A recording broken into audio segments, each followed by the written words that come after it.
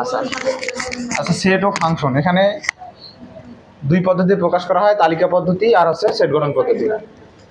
আমরা এক্সাম্পল দিছি, এটা হচ্ছে তালিকা 1 2 3 4 এই যে সংখ্যা যদি থাকে সেটা তালিকা, আর যদি এরকম সূত্র দেওয়া থাকে, সূত্র তো বুঝাইলাম দুইটা, একটা হচ্ছে x এলিমেন্ট z আর একটা হচ্ছে x এলিমেন্ট n। আচ্ছা দুইটা সূত্র, হ্যাঁ এটা হচ্ছে সেট তালিকা, এই সোজা সোজা। হ্যাঁ এখন দেখো তোমাদের বইয়ে যে 1 নাম্বার एग्जांपलটা দেওয়া আছে, সরি 1 নাম্বার যে অঙ্কগুলো দেওয়া, প্রথম অঙ্কটা কি দেওয়া আছে, x এলিমেন্ট n z, ক নাম্বার, 1 এর ক, x স্কয়ার গ্রেটার দ্যান 9 এবং লেস দ্যান 130, এটা না? হ্যাঁ হুম, এই অঙ্কটা আমরা সমাধান করব। এখানে এটা হচ্ছে কি, এখানে x এলিমেন্ট n দেওয়া আছে, তার মানে নিচেরটার মতো, এখানে সূত্র দিয়ে প্রয়োগ করা আছে নিচেরটার মতো, তাহলে নিচেরটার মতো থাকলে এটা এটা কিসে আছে, সেট গঠন পদ্ধতিতে আছে। চিনতে হবে প্রথমে কিসে আছে, সেট গঠন পদ্ধতিতে আছে, তাহলে কোনটাতে রূপান্তর করতে হবে, তালিকা পদ্ধতি।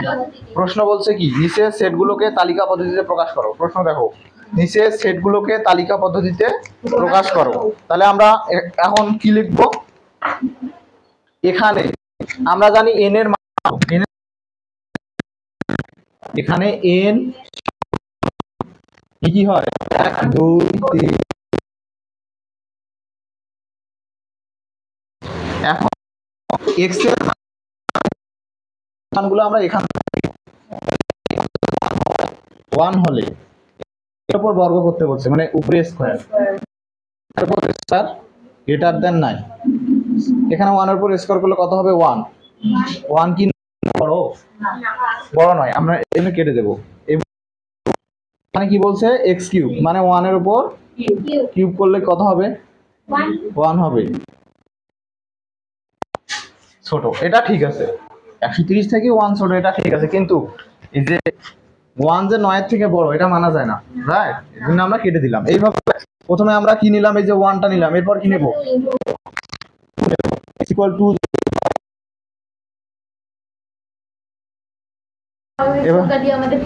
হ্যাঁ যেহেতু সূত্র, এখানে সূত্র দেওয়া আছে x এলিমেন্ট n, যতক্ষণ পর্যন্ত আমাদের শেষ পর্যন্ত 130 এর বড় না হয় ততক্ষণ পর্যন্ত আমাদের হ্যাঁ চলতে থাকবে। তাহলে 4 কত, 4 কি 9 কি 9 থেকে কি 4 বড়, কত দিলাম সেই আমরা এখানে হ্যাঁ 2 এর উপর কিউব করলে কত হয় 8, 130 কি 8 ছোট, এদিকে তো আর কাটা যাচ্ছে,